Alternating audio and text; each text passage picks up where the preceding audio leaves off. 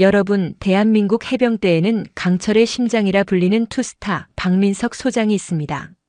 30년간 조국에 헌신한 그에게도 20년 전 화재로 어린 딸을 잃은 깊은 상처가 있었죠.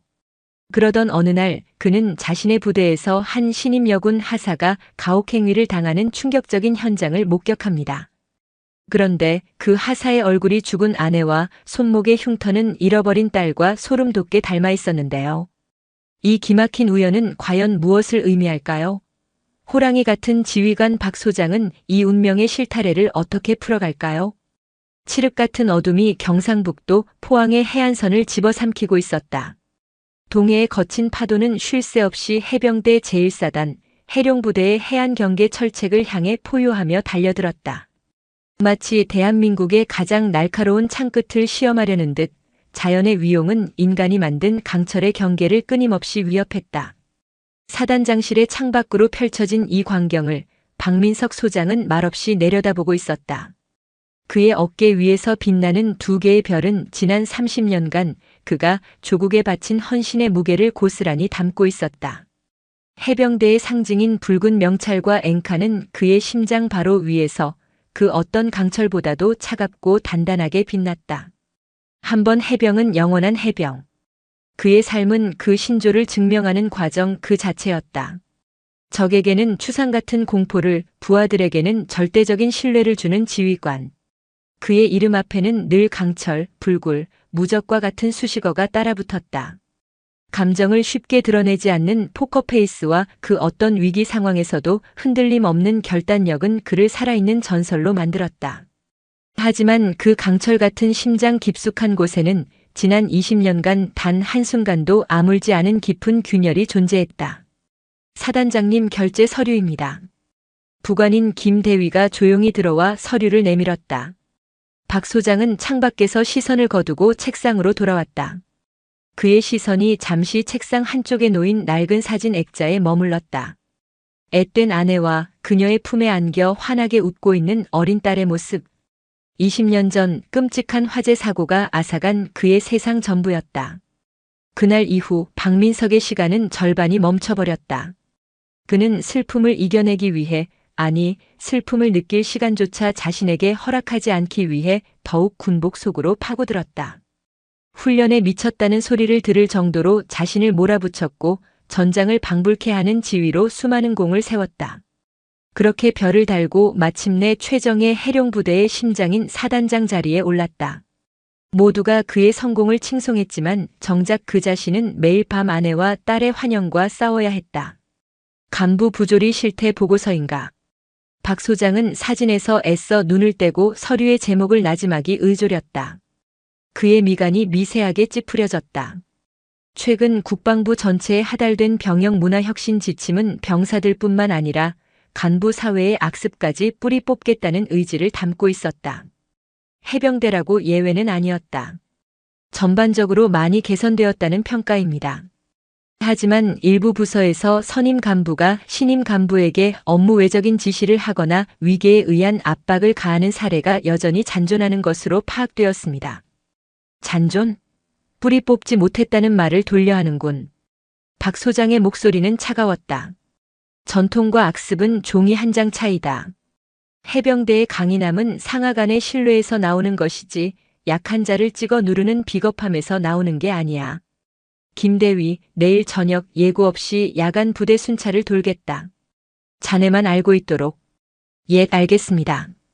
김대위가 경례를 붙이고 나가자 사단장실에는 다시 무거운 침묵이 내려앉았다. 박 소장은 서류를 내려놓고 다시 창가로 다가갔다. 포항의 밤바다는 여전히 성난 파도를 쏟아내고 있었다. 그는 저 파도처럼 자신의 마음속에서 들끓는 정체 모를 분노와 슬픔을 잠재우고 싶었다. 이서연 하사에게 해병대 부사관 임관은 스스로의 운명을 개척하기 위한 첫걸음이었다. 고아원에서 자란 그녀에게 국가는 유일한 울타리였고 군인은 스스로의 힘으로 설 수 있는 가장 명예로운 길이었다. 이왕 군인이 될 거라면 가장 강한 곳에서 최고가 되고 싶었다.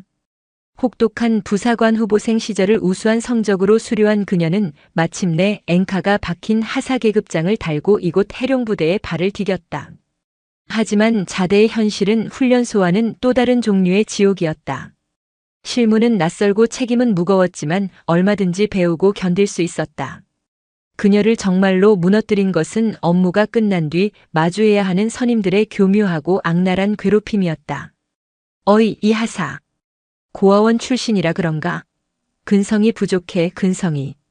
통신중대 직속 선임인 황수진 중사가 비아냥거리듯 말했다. 늦은 밤 모두 퇴근한 중대 사무실에서 그녀는 어김없이 황 중사와 그를 따르는 2명의 선임 하사에게 붙잡혀 있었다. 황 중사는 부대 내에서 실력은 없으면서 텃세와 군기잡기로 유명한 인물이었고 특히 자신보다 유능해 보이는 신임 간부를 찍어 누르는 것을 낙으로 삼았다. 이서연은 그의 완벽한 먹잇감이었다. 죄송합니다.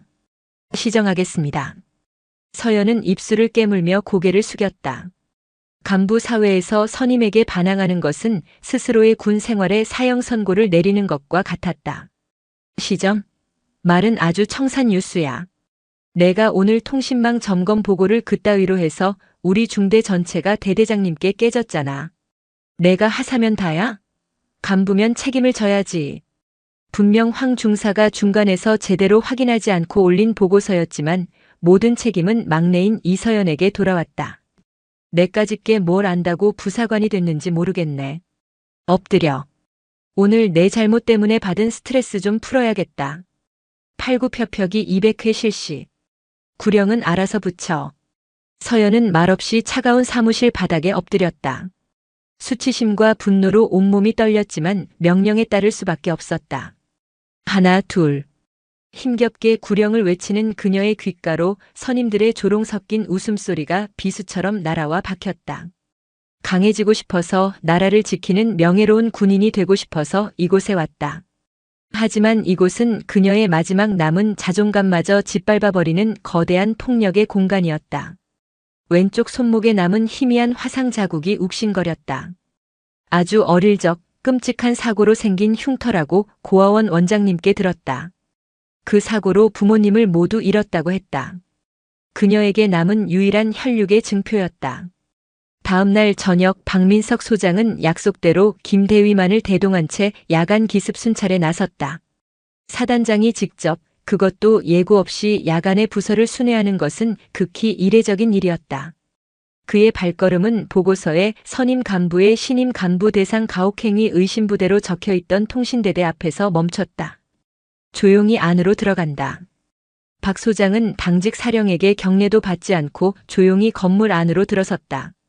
복도를 지나 통신중대 사무실 근처에 다다랐을 때 안에서 새어나오는 악에 바친 고함과 낄낄거리는 웃음소리가 그의 발걸음을 멈추게 했다. 똑바로 못해. 이 하사. 목소리 그것밖에 안 나와? 이 하사 체력은 영 고아 수준이네. 하하. 박 소장의 눈이 가늘어졌다. 그는 문을 거칠게 열어젖혔다. 사무실 안에서는 경악할 만한 광경이 펼쳐지고 있었다.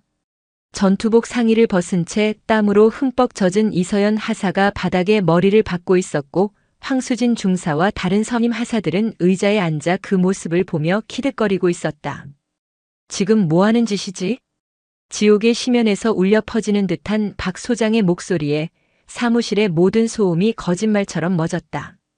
간부들은 천천히 고개를 돌렸고 문 앞에 서 있는 사단장의 모습을 확인한 순간 모두의 얼굴이 새하얗게 질렸다. 필승. 황 중장이 가장 먼저 정신을 차리고 경례를 외쳤지만 이미 그의 목소리는 공포로 심하게 떨리고 있었다. 박 소장은 그들에게는 눈길조차 주지 않은 채 사무실 중앙으로 성큼성큼 걸어 들어갔다. 그의 시선은 오직 한 사람 바들바들 떨면서도 간신히 몸을 일으켜 차렷 자세를 취하는 어린 여군 하사에게 고정되어 있었다. 자네 이름이 뭔가? 하사 이서연입니다. 서연은 겨우 목소리를 쥐어짰다. 사단장에게 이런 꼴을 보이다니. 이제 자신의 군 생활은 완전히 끝장이라고 생각했다. 그런데 박 소장의 다음 행동은 모두의 예상을 벗어났다. 그는 아무 말 없이 자신의 전투복 상의를 벗어 서연의 어깨에 덮어주었다. 그리고는 서연의 턱을 부드럽게 들어올려 그녀의 얼굴을 정면으로 마주했다. 그 순간 박민석 소장의 세상이 멈췄다. 흐릿한 형광등 아래 드러난 이서연 하사의 얼굴.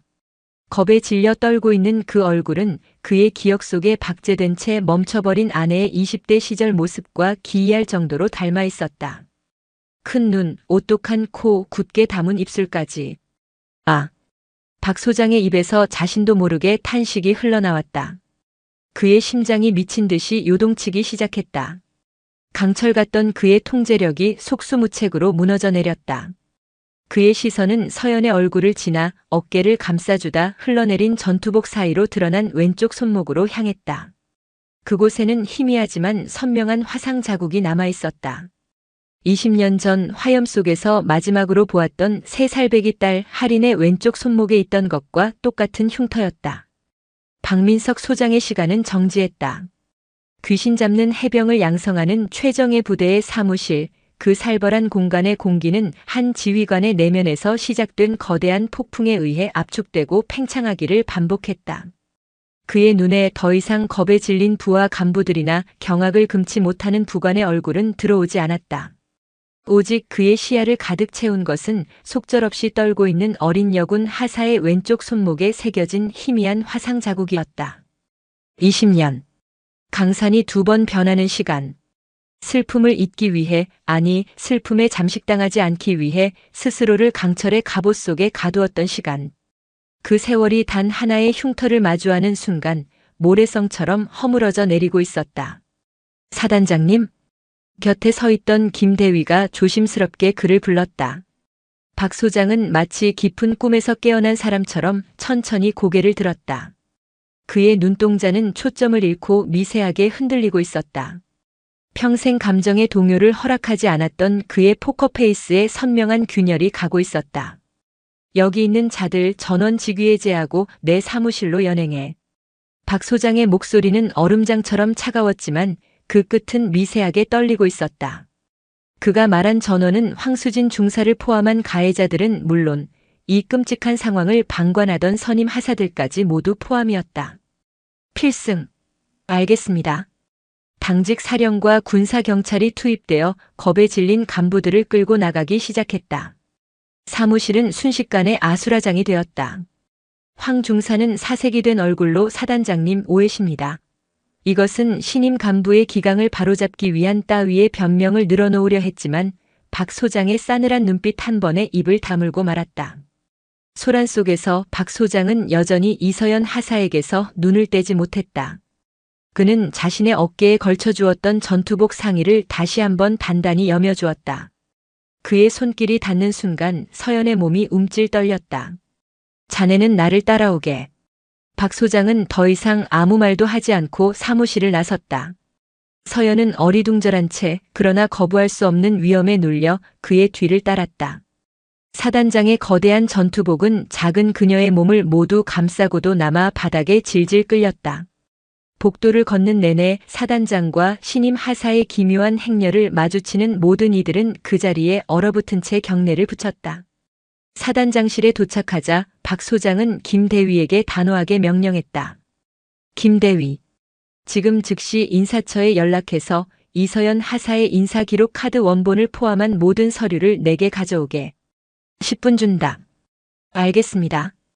김대위가 쏜살같이 뛰쳐나가자 넓은 사단장실에는 박 소장과 서연 단둘만이 남았다. 무거운 침묵이 흘렀다.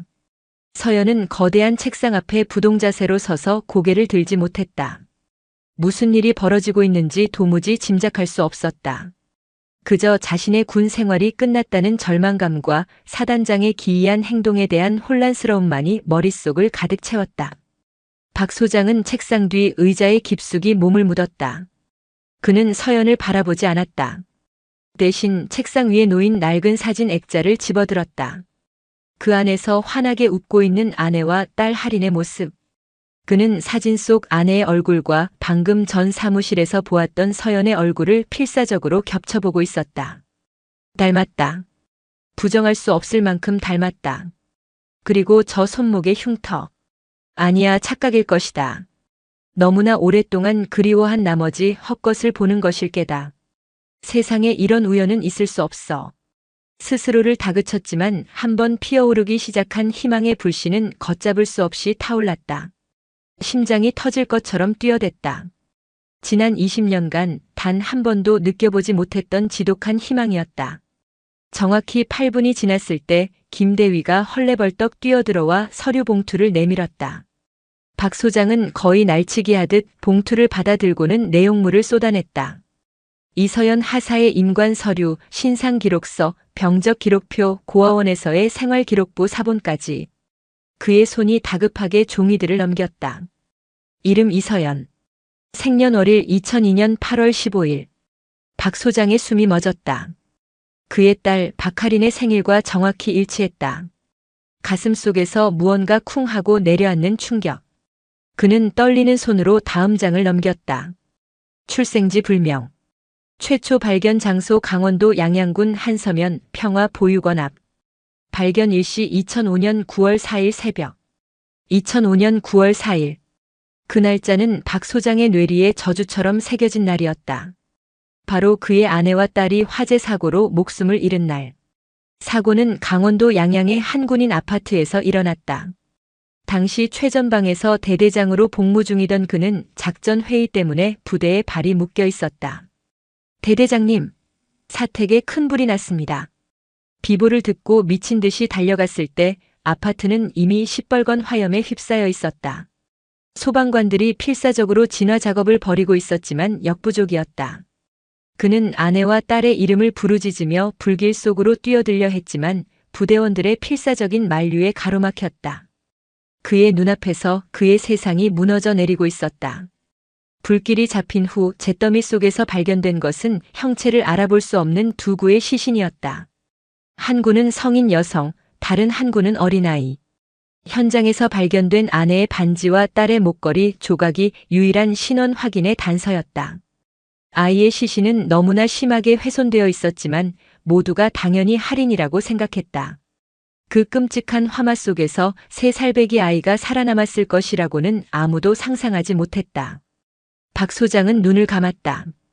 20년이 지났지만 살이 타는 냄새와 아내의 마지막 비명이 여전히 그의 귓가에 생생했다. 그는 그날 이후 스스로를 용서하지 못했다. 가족을 지키지 못했다는 죄책감은 그의 삶을 올가매는 족쇄가 되었다. 그런데 서류는 무엇을 말하고 있는가? 이서연 하사는 사고가 있었던 바로 그날 사고 현장에서 멀지 않은 양양의 한 보육원 앞에서 발견되었다. 박 소장은 보육원 생활기록부를 집어들었다. 그곳에는 서연의 유년 시절이 빼곡히 기록되어 있었다. 발견 당시 아이는 심한 화상을 입고 정신을 잃은 상태였음. 왼쪽 손목에 특히 심한 흉터가 남음. 화재 사고의 충격으로 인한 실어증 증세를 보였으며 자신의 이름이나 부모에 대해 전혀 기억하지 못함. 보육원에서 서연이라는 새 이름을 지어줌. 퍼즐 조각이 하나씩 맞춰지고 있었다. 심장이 터질 듯한 속도로 뛰었다. 박 소장은 마지막 서류, 서연이 직접 작성한 임관 신상 기록서로 눈을 돌렸다. 혈액형 란에 적힌 글자가 그의 눈에 박혔다. RHAB형. 박 소장의 온몸에 소름이 돋았다. 자신과 똑같은 혈액형. 그의 아내는 평범한 O형이었다. 딸 하리는 태어났을 때부터 희귀 혈액형인 RHAB형이었다. 박 소장의 입에서 바람 빠지는 소리가 났다. 이것은 더 이상 우연이 아니었다. 기적 혹은 신의 잔인한 장난이었다. 그는 떨리는 시선으로 방 한쪽에 부동자세로 서 있는 이서연 하사를 바라보았다. 자신이 20년간 죽었다고 믿었던 딸. 잿더미 속에서 사라졌다고 생각했던 자신의 분신. 그 아이가 온갖 수모와 폭력을 견디며 지금 자신의 눈앞에 자신의 부하로 서 있었다. 김대위. 박 소장이 나지막이 불렀다. 그의 목소리는 물에 젖은 솜처럼 무겁게 가라앉아 있었다. 네, 사단장님. 지금 당장 군사경찰대장에게 연락해. 통신중대 황수진 중사를 포함한 가해자 전원을 직권 남용 및 가혹행위 혐의로 긴급 체포하고 정식 수사에 착수하라고 전하게. 한 명도 빠짐없이 법이 허용하는 최고의 형량으로 다스릴 거라고. 알겠습니다. 그리고 이서연 하사는 오늘부로 내 직권으로 보직을 변경한다. 사단장실 직속 부관실 행정 담당으로 발령내. 숙소도 독신 간부 숙소 BQ 1인실로 즉시 옮기도록 조치하고. 사단장님, 너무 갑작스러운 인사는? 김대위가 조심스럽게 물었다. 사단장이 직접 특정 하사의 보직과 숙소까지 챙기는 것은 전례 없는 일이었고 자칫 특혜 시비에 휘말릴 수 있었다. 박 소장이 천천히 고개를 들었다. 그의 눈은 핏발이 서 있었다. 강철 같던 그의 얼굴은 이제 슬픔과 분노, 그리고 주체할 수 없는 회한으로 일그러져 있었다. 이유는 지휘관 특별조치다. 내 지휘관의 명예를 걸고 내 모든 것을 걸고 저 아이를 보호할 테니 자네는 내 지시를 이행하기만 하면 돼. 그의 목소리에 담긴 엄청난 무게에 김대위는 더 이상 아무것도 묻지 못하고 경례를 붙인 뒤 서연을 데리고 밖으로 나갔다. 홀로 남은 사단장실. 박민석 소장은 책상 위에 놓인 서류들을 망연히 바라보았다. 20년 전 화재 사건 기록, 이서연이라는 이름의 한여군 하사의 기록. 그리고 그 두 기록 사이를 잇는 끔찍한 비극과 기적적인 희망. 그는 자신의 딸이 자신의 부대에서 자신의 부하 간부에게 짐승만도 못한 취급을 당했다는 사실에 치가 떨렸다. 지켜주지 못했다는 20년 전의 죄책감이 지금 이 순간의 분노와 뒤섞여 그의 심장을 난도질했다. 내가 조금만 더 빨리 알아차렸더라면, 내가 조금만 더 부하들에게 관심을 가졌더라면. 자책감이 파도처럼 밀려왔다. 그는 자리에서 일어나 창가로 다가갔다. 포항의 밤바다는 여전히 거칠게 울부짖고 있었다. 마치 20년간 억눌러왔던 그의 슬픔이 터져나오는 것처럼. 그는 창문에 이마를 기댄 채 소리 없이 눈물을 흘렸다. 지난 20년간 단 한 번도 흘리지 않았던 뜨거운 눈물이었다. 그것은 잃어버린 딸을 향한 그리움이었고 딸을 지키지 못한 아버지의 회한이었으며 자신의 모든 것을 걸고 딸을 되찾고 지켜내겠다는 한 남자의 비통한 맹세였다. 해병대 제1사단의 아침은 언제나 동해의 일출보다 먼저 시작되었다. 수만 명의 함성과 전투화가 지축을 울리는 소리는 포항의 새벽 공기를 가르는 익숙한 교향곡이었다. 하지만 그날 아침의 분위기는 사뭇 달랐다. 거대한 폭풍이 휩쓸고 지나간 듯 부대 전체에 무겁고 불안한 정적이 감돌았다. 소문은 빛보다 빠른 속도로 퍼져나갔다. 사단장이 직접, 그것도 한밤중에 중대 사무실을 급습하여 신임 하사 한 명 때문에 중견 간부들을 통째로 군사경찰에 넘겨버렸다는 이야기였다. 특히 피해자인 이서연 하사가 곧바로 사단장실 직속 부관실로 발령이 나고 1인 숙소까지 배정받았다는 사실이 알려지자 소문은 걷잡을 수 없이 부풀려졌다. 대체 그 이서연이라는 신임 하사가 누구길래 사단장님이 저렇게까지 하시는 거지? 듣자 하니 황 중사 라인 애들이 제대로 찍혔다던데 군 생활 끝났다고 봐야지. 뭔가 다른 게 있는 게 분명해. 사단장님이 특정 하사를 직접 챙기는 건 본 적이 없어. 보통 일이 아니야. 장교 식당과 부사관 식당, 연병장 구석구석에서 수군거림이 끊이지 않았다. 박민석 소장의 지휘 아래 일사불란하게 움직이던 강철 부대는 사단장이라는 태양의 궤도가 미세하게 흔들리자 그 원심력을 이기지 못하고 술렁이기 시작했다. 참모들과 연대장들은 긴급 회의를 소집했지만 정작 회의를 주재해야 할 박 소장은 출근하지 않은 채 관사에서 두문불출했다.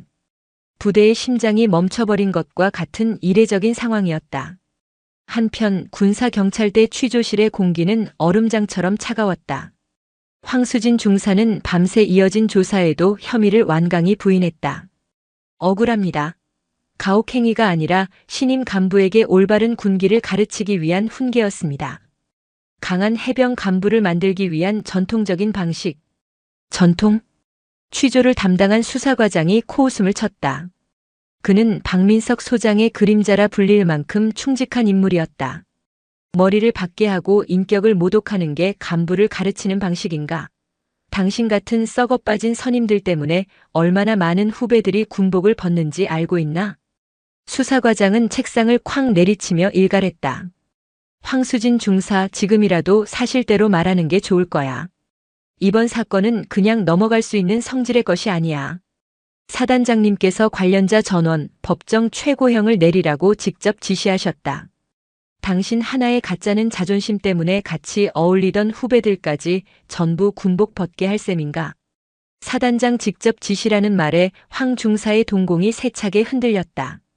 그는 도무지 이해할 수 없었다. 고아 출신의 갓 임관한 애송이 하사하나. 늘 그래왔듯 적당히 겁주고 길들이면 그만이라고 생각했다. 그런데 왜 하필 사단장이? 왜 하필 그때? 모든 것이 잘못되어 있었다. 거대한 톱니바퀴에 끼어버린 벌레처럼 그는 자신이 감당할 수 없는 거대한 힘 앞에 내동댕이 쳐졌다는 것을 직감했다. 이서연 하사는 낯선 환경에 좀처럼 잠을 이루지 못했다. 사단장실 바로 옆에 위치한 부관실의 자기 책상, 그리고 난생 처음 배정받은 아늑한 1인 숙소. 어제까지만 해도 악몽과도 같았던 군 생활이 하루아침에 천국처럼 변했지만 그녀는 도리어 숨이 막힐 듯한 불안감에 시달렸다. 부관실의 모든 장교와 부사관들은 그녀를 극도로 조심스럽게 대했다. 누구도 그녀에게 먼저 말을 걸지 않았고 업무 또한 가장 기초적인 서류 정리 외에는 아무것도 주어지지 않았다. 그녀는 마치 값비싼 유리 세공품처럼 모두의 관심과 경계의 대상이 된 채 투명한 벽 안에 갇혀버린 듯 했다. 이런 과분한 배려는 그녀를 더욱 불안하게 만들었다. 차라리 무시와 폭언이 익숙했다. 아무런 데가 없는 호의와 관심은 평생을 홀로 버텨온 그녀에게는 미지의 공포와도 같았다. 도대체 왜 나한테 이러는 걸까? 혹시 내가 모르는 무언가가 있는 걸까? 이 모든 배려가 끝나면 더 큰 대가를 치러야 하는 건 아닐까? 온갖 상상이 머릿속을 헤집었다. 그녀는 창밖을 내다보았다. 연병장에서는 해병들의 우렁찬 함성 소리가 아스라이 들려왔다. 불과 하루 전만 해도 자신이 속해 있던 세상. 하지만 지금 그녀는 그 세상으로부터 완벽하게 격리된 사단장실 옆 작은 섬의 이방인이었다. 같은 시각 사단장 관사에서 박민석 소장은 뜬 눈으로 밤을 새운 뒤였다. 그의 서재는 담배 연기로 자욱했고 재떨이에는 꽁초가 수북이 쌓여 있었다. 책상 위에는 딸 할인의 어린 적 앨범과 이서연 하사의 인사기록 서류가 나란히 놓여 있었다. 그는 밤새 두 기록을 수백 번이고 번갈아 보았다. 볼수록 확신은 커져갔고 확신이 커질수록 가슴을 애는 고통 또한 깊어졌다. 그는 이제 어떻게 해야 하는가? 당장이라도 딸을 불러 끌어안고 할인아 아빠다. 라고 외치고 싶었다. 20년간의 그리움과 미안함을 토해내고 싶었다. 하지만 그는 그럴 수 없었다. 그는 한 아이의 아버지이기 이전에 수만 명의 부하를 책임지는 사단장이었다. 사단장이 부대 내 여군 하사와 친자 관계라는 사실이 밝혀지는 순간 상상할 수 없는 후폭풍이 몰아칠 것이다. 언론은 벌떼처럼 달려들 것이고 군의 명예는 실추될 것이다. 서연은 사단장의 잃어버린 딸이라는 꼬리표를 단 채 평생 세상의 호기심 어린 시선 속에서 살아야 할지도 모른다. 무엇보다 아직 아무것도 기억하지 못하는 아이에게 갑작스럽게 나타나 내가 내 아빠다라고 말하는 것이 과연 옳은 일일까? 그것은 또 다른 폭력이 아닐까? 머리가 터질 것 같았다. 그는 평생 전장에서 수많은 생사를 넘나드는 결정을 내려왔지만 지금처럼 괴롭고 어려운 선택은 없었다. 증거가 필요해. 내 감정과 희망이 아닌 누구도 부정할 수 없는 과학적인 증거. 결론은 하나였다. 유전자 검사. 하지만 그 역시 쉬운 일이 아니었다. 사단장이 일개 하사에게 유전자 검사를 요구한다. 어떤 명분을 내세워야 할까? 고뇌하던 그의 눈에 서연의 생활기록부 한 구절이 들어왔다. 발견 당시 아이는 심한 화상을 입고 화재 사고의 충격으로 인한 실어증. 그래, 이거다. 박 소장은 무릎을 쳤다. 그는 지휘관의 가면을 쓰고 딸에게 다가갈 유일한 방법을 찾아냈다. 그는 자리에서 일어나 거울 앞에 섰다. 거울 속에는 밤새 고뇌한 흔적이 역력한 늙고 지친 한 남자의 얼굴이 있었다. 그는 찬물로 세수를 하고 흐트러짐 없이 전투복을 차려입었다. 다시 강철의 지휘관 박민석 소장의 얼굴로 돌아가기 위해 그는 결심했다. 자신의 손으로 직접 과거의 진실을 파헤치기로. 그리고 어떤 진실이 나오든 자신의 남은 생을 걸고 딸을 지켜내기로. 박민석 소장이 부관실로 들어서자 이서연은 자리에서 벌떡 일어나 굳은 자세로 경례했다. 필승. 잠시 내 방으로 들어오게. 사단장실에 단둘이 남게 되자 어색한 침묵이 흘렀다. 박 소장은 일부러 서류를 뒤적이며 마음을 가다듬었다. 몸은 좀 어떤가? 새 보직과 숙소는 불편한 것 없고? 괜찮습니다. 과분할 따름입니다. 그래, 다행이군. 박 소장은 헛기침을 한 번 한 뒤 준비해온 질문을 던졌다. 황 중사 사건에 대해 몇 가지 직접 확인해야 할 게 있다. 공식적인 조사의 일환이니 긴장하지 말고 아는 대로만 대답해주면 된다. 예, 알겠습니다. 황 중사를 비롯한 선임들의 가혹행위는 언제부터 시작됐나? 어떤 방식으로 괴롭힘을 당했지? 박 소장은 최대한 감정을 배제한 채 사무적인 질문들을 이어나갔다. 서연은 처음에는 주저했지만 그의 진지한 태도에 조금씩 입을 열기 시작했다.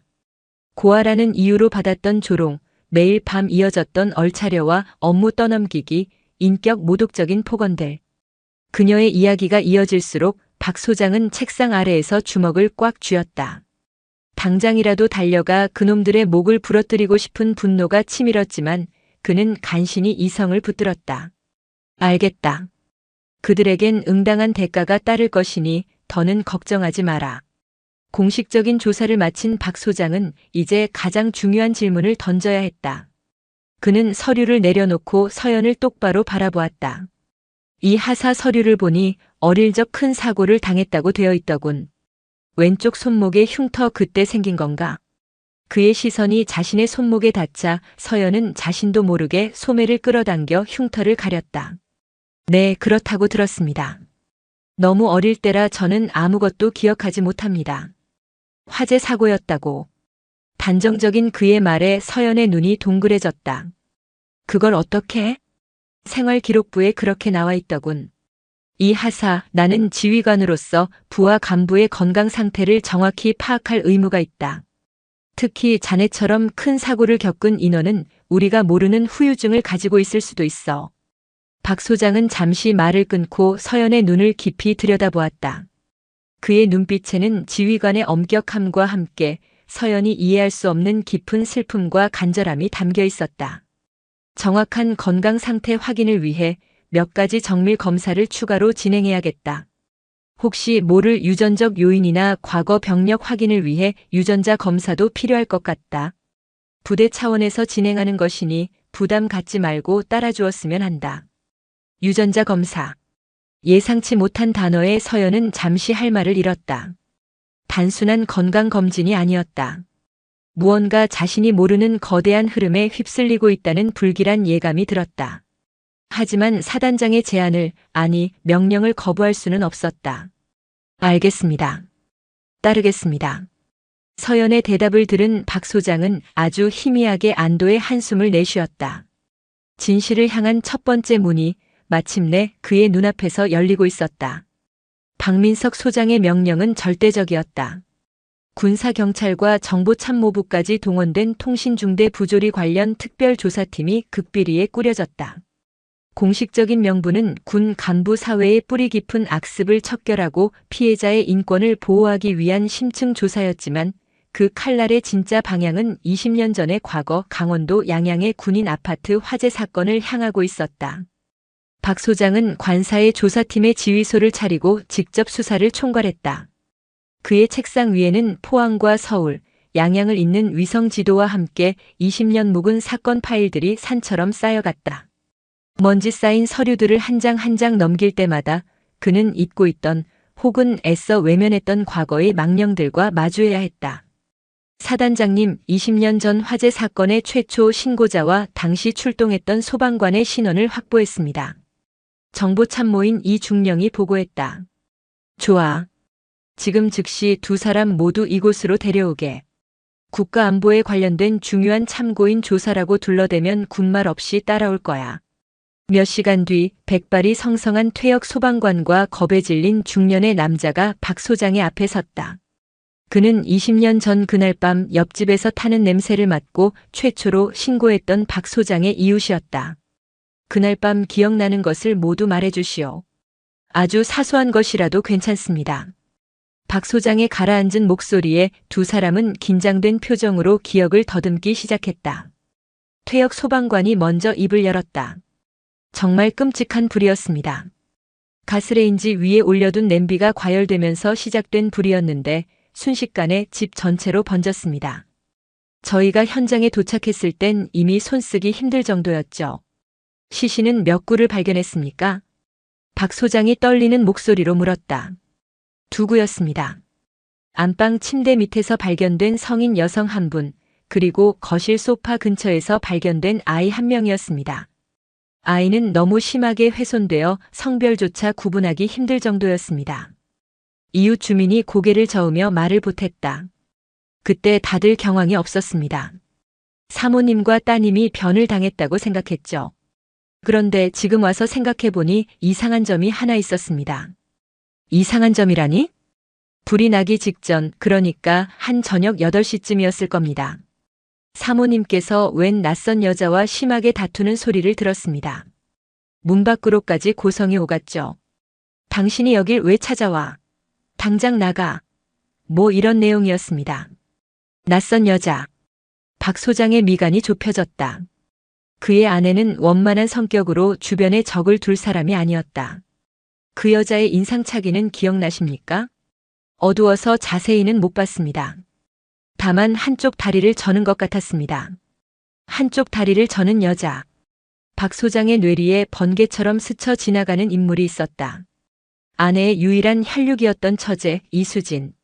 그녀는 어릴 적 소아마비를 앓아 한쪽 다리가 불편했다.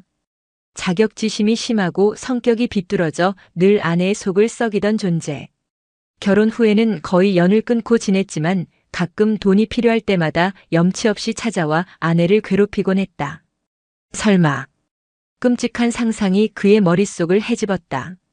박 소장은 즉시 이수진의 행방을 수소문했다. 하지만 그녀는 20년 전 화재 사건 직후 연기처럼 사라진 상태였다.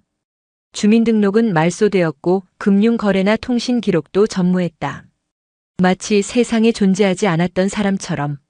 사단장님, 마지막 단서입니다. 정보참모가 내민 것은 20년 전 이수진의 마지막 통화 기록이었다.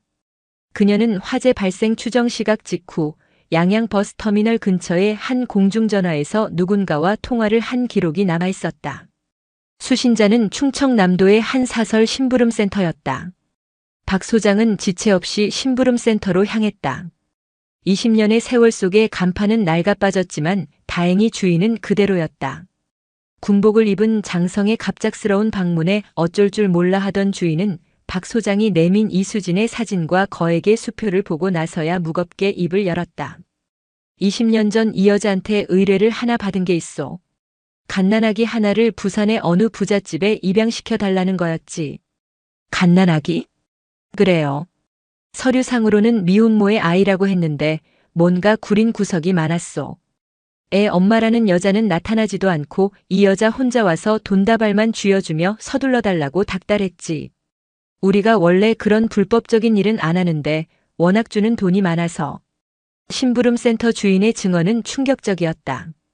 이수진은 화재 현장에서 아기를 빼돌린 뒤 신분 세탁을 위해 다른 아기를 구해다 죽은 할인이로 위장했을 가능성이 높았다. 심하게 훼손된 시신 때문에 누구도 의심하지 않았던 것이다. 그럼 내 딸은 어떻게 됐소? 박 소장의 목소리가 절규처럼 터져나왔다. 그게 일이 좀 꼬였소.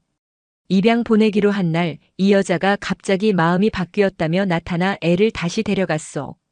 아마 돈을 더 받으려 했거나 아니면 양심의 가책이라도 느꼈는지 그 뒤로는 연락이 끊겼소. 판도라의 상자가 열렸다. 진실은 상상 이상으로 추악하고 잔인했다. 질투와 탐욕에 눈이 먼 처제가 자신의 아내를 죽이고 딸을 납치했으며 20년간 자신을 속여왔다는 것. 박 소장은 주먹으로 벽을 내리쳤다. 쿵 하는 소리와 함께 벽에 금이 가고 그의 손등에서는 피가 흘러내렸다. 하지만 그는 슬퍼하거나 분노할 시간이 없었다. 이제 목표는 단 하나, 이 모든 비극의 원흉인 이수진을 찾아내는 것이었다. 그리고 그녀의 입을 통해 20년 전 그날 밤의 완전한 진실을 확인해야 했다. 이서연 하사는 사단장실 부관으로 보직이 변경된 후 조용하지만 숨막히는 하루하루를 보내고 있었다. 며칠 전 채취해간 자신의 혈액과 머리카락이 어디에 쓰이는지 궁금했지만 누구도 설명해주지 않았다. 그녀를 둘러싼 부대의 기묘한 분위기와 사단장의 알 수 없는 행동은 그녀를 더욱 불안하게 만들었다.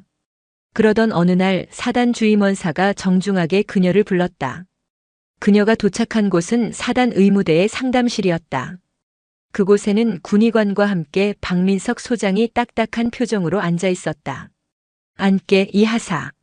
박 소장의 말에 서연은 긴장된 채 맞은편 의자에 앉았다. 군의관은 한참을 망설이다 서류 봉투 하나를 꺼내 테이블 위에 올려놓았다. 얼마 전 실시했던 정밀 검사 결과가 나왔네. 박 소장이 무겁게 입을 열었다. 그는 봉투에서 서류를 꺼내 서연에게 건넸다. 친자 확인 감정서라는 글자가 눈에 들어왔다. 그 아래에는 검체 A와 검체 B의 유전자를 비교 분석한 결과가 적혀 있었다. 분석 결과 검체 A와 검체 B는 99.99%의 확률로 친부녀 관계가 성립함. 이게 무슨? 서연의 눈이 커졌다. 박민석. 그 이름은 단 한 사람 해룡부대의 사단장을 가리키고 있었다. 자신이 사단장의 딸이라고. 믿을 수 없는 현실 앞에 그녀의 머릿속은 새하얗게 비어버렸다. 박 소장은 충격에 빠진 서연을 힘겹게 바라보며 두 번째 서류 뭉치를 테이블 위에 올려놓았다. 그리고 이건 자네가 왜 보육원에서 자라야 했는지에 대한 지난 며칠간의 조사 결과 보고서다. 서연이 떨리는 손으로 서류 뭉치를 받아들었다. 그 안에는 한 여자의 사진과 함께 그녀의 인적사항이 담긴 서류가 들어있었다. 이름 이수진. 관계 이수연의 친동생, 즉 이모. 그리고 그 아래에는 박민석 소장의 지휘 아래 재구성된 20년 전 화재 사건의 전말이 빼곡하게 적혀 있었다. 언니에 대한 질투심에 눈이 멀어 형부를 차지하기 위해 집에 불을 지르고 조카를 납치했으며 다른 아이의 시신으로 신분을 위장한 악마의 행적. 그 악마가 바로 자신의 이모라는 사실까지. 서연은 더 이상 서류를 읽어 내려갈 수 없었다. 그녀의 손에서 서류들이 힘없이 바닥으로 흩어졌다. 20년간의 공백. 자신이 누구인지도 모른 채 살아와야 했던 고통스러운 시간의 비밀이 이렇게 잔인한 진실의 모습으로 눈앞에 펼쳐진 것이다. 아! 그녀의 입에서 터져나온 것은 비명 섞인 흐느낌이었다. 자신을 낳아준 어머니는 이모의 손에 죽었고 자신은 그 이모의 손에 납치되어 고아로 버려졌다. 그리고 자신의 아버지는 철천지원수의 동생과 결혼했던 하늘 같은 사단장이었다.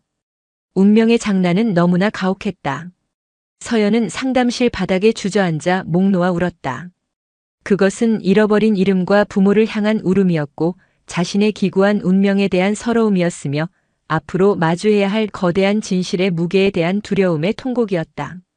박민석 소장은 딸의 무너지는 모습을 보며 입술을 깨물 뿐 아무것도 할 수 없었다.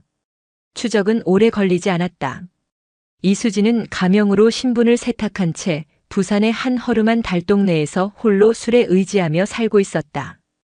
해병대 군사경찰과 정보부 요원들이 낡은 빌라의 문을 급습했을 때 그녀는 저항조차 하지 못했다. 이미 삶의 모든 것을 포기한 사람처럼 공허한 눈으로 그들을 맞이할 뿐이었다. 취조실에 마주 앉은 이수진은 20년의 세월을 정통으로 맞은 듯 늙고 병들어 있었다. 한때 언니의 아름다움을 질투했던 그 얼굴은 독한 술과 죄책감에 절어 형편없이 망가져 있었다. 그녀의 맞은편 박민석 소장은 군복이 아닌 사복 차림이었다. 지휘관으로서가 아닌 한 사람의 피해자, 한 여자의 남편, 한 아이의 아버지로서 이 비극의 끝을 마주하기 위해서였다. 왜 그랬지? 박 소장의 목소리는 분노를 넘어선 깊은 허무함에 잠겨 있었다.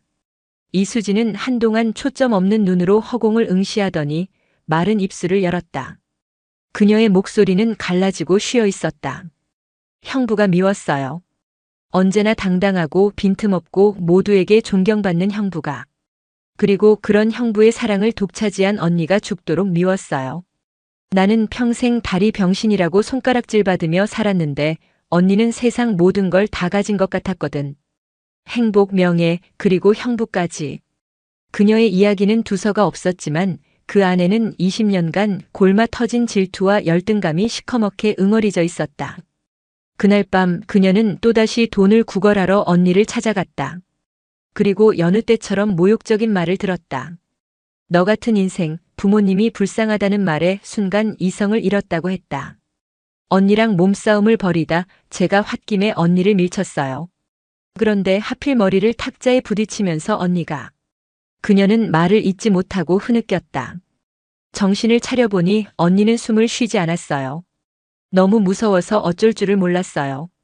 그때 부엌에서 가스 냄새가 나더군요. 언니가 저녁 준비를 하려고 올려둔 냄비가 까맣게 타고 있었어요. 그 순간 악마가 속삭였어요. 다 없었던 일로 만들라고. 사고로 위장하라고. 그녀는 잠들어 있던 할인이를 안고 집 밖으로 뛰쳐나왔다. 그리고 가스 밸브를 열고 불붙은 냄비에 커튼을 던졌다. 불길은 순식간에 집을 삼켰다. 할인이는 왜 데리고 나간 거지? 왜 살려준 거야? 몰라요. 나도 몰라요. 그냥 언니의 모든 것을 빼앗고 싶었던 것 같아요. 형부의 가장 소중한 것, 형부의 분신 같은 그 아이를 내 것으로 만들면 내가 언니가 될 수 있을 거라고 생각했나 봐요. 하지만 훔친 행복은 결코 그녀의 것이 될 수 없었다. 아이의 해맑은 눈을 볼 때마다 죽은 언니의 얼굴이 떠올라 죄책감에 미쳐버릴 것 같았다. 결국 그녀는 아이를 키울 자신이 없어 보육원 앞에 버렸고 그 후 20년간을 도망자의 삶을 살며 스스로를 파괴해왔다. 기나긴 고백이 끝났을 때 박 소장은 말없이 자리에서 일어났다. 그는 이수진을 향해 어떤 욕설도 저주도 퍼붓지 않았다. 그의 눈에는 경멸과 연민이 뒤섞인 복잡한 감정이 스쳐 지나갔다. 내게 가장 큰 벌은 앞으로 살아갈 날들 동안 자신이 무슨 짓을 했는지 매 순간 곱씹으며 고통받는 것일 게다. 법의 심판은 이제부터 시작이고. 취조실 문이 닫히고 이수진의 처절한 울음소리가 복도에 울려 퍼졌다. 20년간의 비극은 그렇게 한 악인의 초라한 자백으로 종언을 고했다. 차가운 동해의 바람이 포항 칠포 해변의 모래사장을 스치고 지나갔다. 박민석 소장과 이서연, 아니 박하린 하사는 나란히 서서 수평선 너머를 바라보고 있었다. 파도는 하얀 포마를 일으키며 두 사람의 전투와 앞까지 밀려왔다가 다시 쓸쓸히 물러가기를 반복했다. 모든 진실을 알게 된 후 두 사람 사이에는 누구도 쉽게 꺼내지 못하는 무거운 침묵이 흐르고 있었다. 박 소장은 지난 며칠간 수십 번이고 딸에게 건넬 첫마디를 생각했지만 막상 딸의 얼굴을 마주하자 아무 말도 나오지 않았다. 미안하다는 말은 너무 가벼웠고 보고 싶었다는 말은 20년의 공백을 담기엔 턱없이 부족했다. 먼저 침묵을 깬 것은 할인이었다. 저는 앞으로 어떻게 해야 합니까? 그녀의 목소리는 가늘게 떨리고 있었다. 사단장님의 딸로 살아야 합니까? 아니면 그냥 해병대 하사 이서연으로 살아야 합니까? 그 질문은 박민석의 심장을 후벼 파는 비수와도 같았다. 그는 천천히 할인을 향해 돌아섰다. 그리고는 평생 처음으로 딸의 눈을 정면으로 마주 보았다. 그 눈 속에는 아내의 따스함과 자신이 잃어버렸던 젊은 날의 강인함이 함께 담겨 있었다. 아니다. 박 소장이 나지막이 말했다. 너는 누군가의 딸로 살 필요 없다. 해병 하사로 살 필요도 없어. 너는 이제 그냥 박하린으로 살면 된다. 내가 원하는 삶, 내가 행복한 삶을 살면 돼. 그것이 군인의 길이든 다른 어떤 길이든 아빠는 너의 선택을 언제나 지지할 거다. 아빠. 그 한마디에 할인의 눈에서 기어이 눈물이 터져 나왔다. 20년간 가슴속에만 담아두었던 불러보고 싶어도 부를 수 없었던 그 이름. 그녀의 울음은 서러움과 그리움을 넘어 마침내 찾은 안도감의 표현이었다. 박 소장은 더 이상 망설이지 않았다. 그는 딸의 어깨를 감싸 안았다. 처음에는 어색하게 굳어있던 할인의 몸이 이내 아버지의 품에 무너지듯 안겨왔다. 박 소장은 딸의 등을 토닥이며 20년 만에 처음으로 아버지의 말을 건넸다. 미안하다 할인아. 너무 늦게 알아봐서 미안하다. 혼자서 얼마나 무섭고 힘들었니? 다 아빠 잘못이다. 아니에요, 아니에요. 할인은 아버지의 가슴에 얼굴을 묻고 아이처럼 울었다. 두 사람의 눈물은 동해의 짠 바람에 섞여 흩어졌다. 세상에서 가장 길었던 20년의 세월이 마침내 아버지와 딸의 뜨거운 눈물 속에서 녹아내리고 있었다. 몇 주 뒤 해병대 제1사단 연병장에는 전 부대원이 도열했다. 박민석 소장은 단상에 올라 마이크 앞에 섰다. 그의 얼굴은 이전보다 수척해졌지만 눈빛은 그 어느 때보다 깊고 단단했다. 부대원들은 숨을 죽인 채 자신들의 지휘관이 무슨 말을 할지 기다렸다. 그의 입에서는 특정 하사의 이름이나 가혹행위에 대한 직접적인 언급은 나오지 않았다. 딸의 사생활을 지켜주기 위한 아버지의 배려였다. 대신 그는 자신의 이야기를 시작했다. 나는 오늘 이 자리에서 한 사람의 지휘관이 아닌 한 사람의 아버지로서 이야기하려 한다. 장래의 미세한 술렁임이 일었다. 나는 아주 오랫동안 잃어버린 딸이 있었다. 나는 그 아이를 지켜주지 못했다는 죄책감 속에서 평생을 살아왔다. 그는 담담하게 말을 이었다. 최근 나는 기적적으로 그 아이를 다시 찾았다. 하지만 다시 만난 내 딸은 내가 지휘하는 이 부대 안에서 가장 신뢰해야 할 선임이자 전우에게 마음의 상처를 입고 있었다. 나는 내 딸 하나 지키지 못하는 아비였고 내 부하 하나 지키지 못하는 지휘관이었다. 이것은 변명의 여지가 없는 나의 불찰이다. 그는 허리를 숙여 전 부대원에게 고개를 숙였다. 사단장의 갑작스러운 사과에 모든 부대원들이 충격에 빠졌다. 나는 오늘 이 시간부로 선언한다. 해병대의 강인함은 부하를 인격적으로 무시하고 다루기 힘든 존재로 만드는 비겁함에서 나오는 것이 아니다. 진정한 강인함은 상하 간의 굳건한 신뢰와 존중에서 나온다. 특히 부대의 허리인 부사관과 장교, 당신들은 리더다. 리더의 권위는 계급장에서 나오는 것이 아니라 부하들의 마음에서 나오는 것임을 명심하라. 그의 목소리는 연병장 전체를 뒤흔드는 포효와도 같았다. 오늘부로 우리 해룡부대 내에 존재하는 모든 형태의 부조리와 가혹행위를 뿌리 뽑겠다. 특히 간부 사회에 만연한 썩은 관행부터 도려낼 것이다. 적발되는 자는 지휘 고하를 막론하고 군복을 벗길 것이다. 이것은 선택이 아닌 명령이다. 그의 연설이 끝나자 연병장에는 잠시 정적이 흘렀다.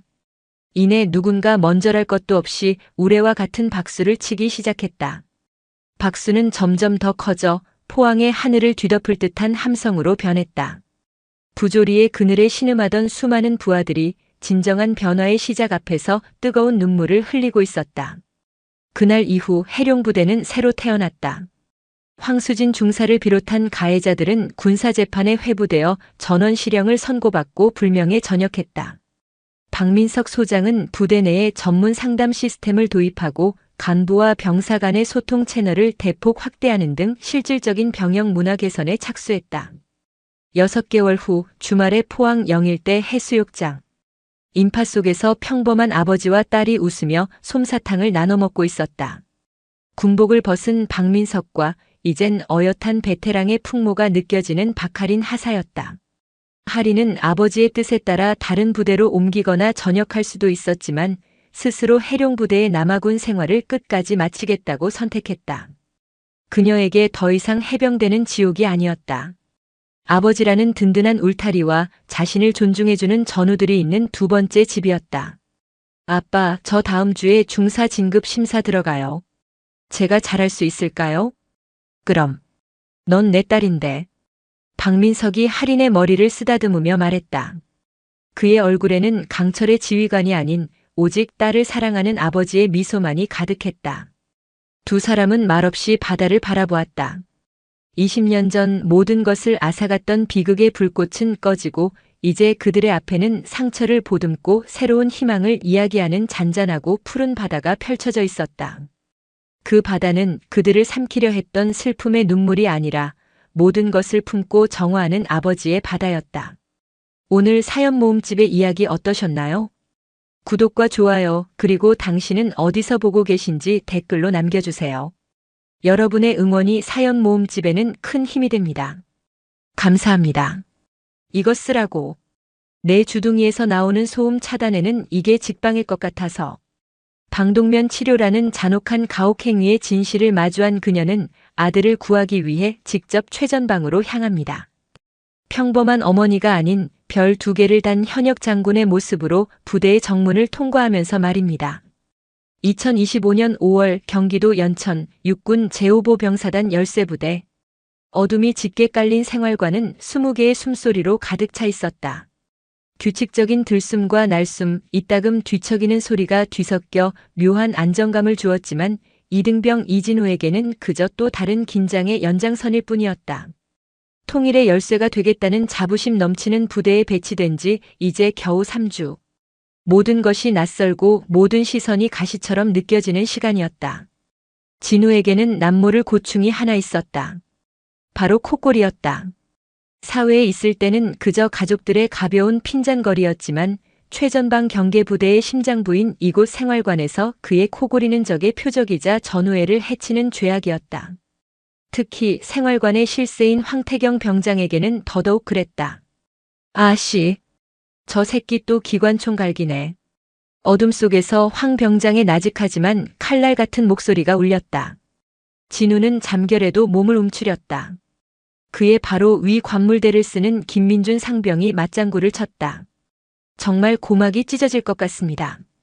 어제는 불침번 서고 와서 한숨도 못 잤습니다. 야, 이진우. 일어나봐. 황 병장의 부름에 진우는 용수철처럼 튀어올랐다. 심장이 발치까지 떨어지는 기분이었다. 이병, 진, 우. 관등 성명을 대자마자 턱 밑까지 이불을 끌어올린 황 병장의 짜증 섞인 얼굴이 보였다. 너 때문에 잠을 잘 수가 없다, 새끼야. 어떡할래? 죄송합니다. 시정하겠습니다. 군대에서 가장 흔하지만 가장 의미 없는 대답. 진우는 잠을 자면서 내는 소리를 어떻게 시정할 수 있을지 알 수 없었지만 본능적으로 튀어나온 말이었다. 시정? 내가 내 목구멍에 스위치라도 달았냐? 아가리 닥치고 자는 법이라도 있냐고. 죄송합니다. 황 병장은 혀를 차며 자리에서 일어났다. 그의 움직임 하나에 생활관의 공기가 얼어붙었다. 그는 진우의 관물대 앞으로 다가와 킁킁거리며 말했다. 이거 안 되겠네. 특단의 조치가 필요하겠다. 김상병 따라와. 불길한 예감에 진우의 등골이 서늘해졌다. 황 병장과 김상병은 진우의 양팔을 거칠게 붙잡고 생활관 밖으로 끌고 나갔다. 복도를 지나 도착한 곳은 싸늘한 타일과 소독약 냄새가 진동하는 세면장이었다. 야, 이진우. 내가 우리 소대원들의 쾌적한 수면 환경과 전투력을 심각하게 저해하고 있거든. 이건 그냥 넘어갈 문제가 아니야. 군기 빠진 정신 상태에서 비롯된 행동이라고 본다. 그래서 오늘 특별히 정신 개조 클리닉을 열어주려고. 황 병장이 비릿한 미소를 지으며 집어든 것은 화생방 훈련 때나 보던 M17 방독면이었다. 낡은 고무와 플라스틱이 뒤섞인 불쾌한 냄새가 코를 찔렀다. 이것 써. 예? 귀 안 들리냐? 이것 쓰라고. 내 주둥이에서 나오는 소음 차단에는 이게 직방일 것 같아서. 진우는 저항할 수 없었다. 김상병이 그의 머리를 뒤에서 붙잡았고 황 병장이 거칠게 방독면을 얼굴에 씌웠다. 순식간에 시야가 어두운 정화통과 뿌연 렌즈로 가려졌다. 고무가 얼굴을 압박하고 숨을 쉴 때마다 슉슉거리는 자신의 호흡 소리만 고막을 때렸다. 극심한 공포가 엄습했다. 자, 이제부터 내 콧꼬리가 얼마나 끔찍한 소음인지 직접 체험하게 해줄게. 이건 그냥 방독면이 아니야. 수면 장애 치료기다. 황 병장의 목소리가 방독면 너머로 웅웅거리며 들려왔다. 그 순간 머리 위로 차가운 물줄기가 쏟아졌다. 방독면과 얼굴 사이의 미세한 틈으로 그리고 음성 진동판으로 얼음장 같은 물이 스며들기 시작했다. 컥. 진우는 숨을 쉬려 했지만 들어오는 것은 공기가 아니라 물이었다. 물은 순식간에 방독면 내부를 채우기 시작했다.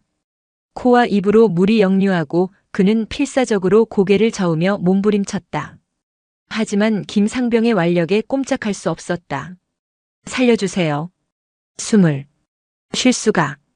시야가 흐려지고 폐가 터질 듯한 고통이 밀려왔다.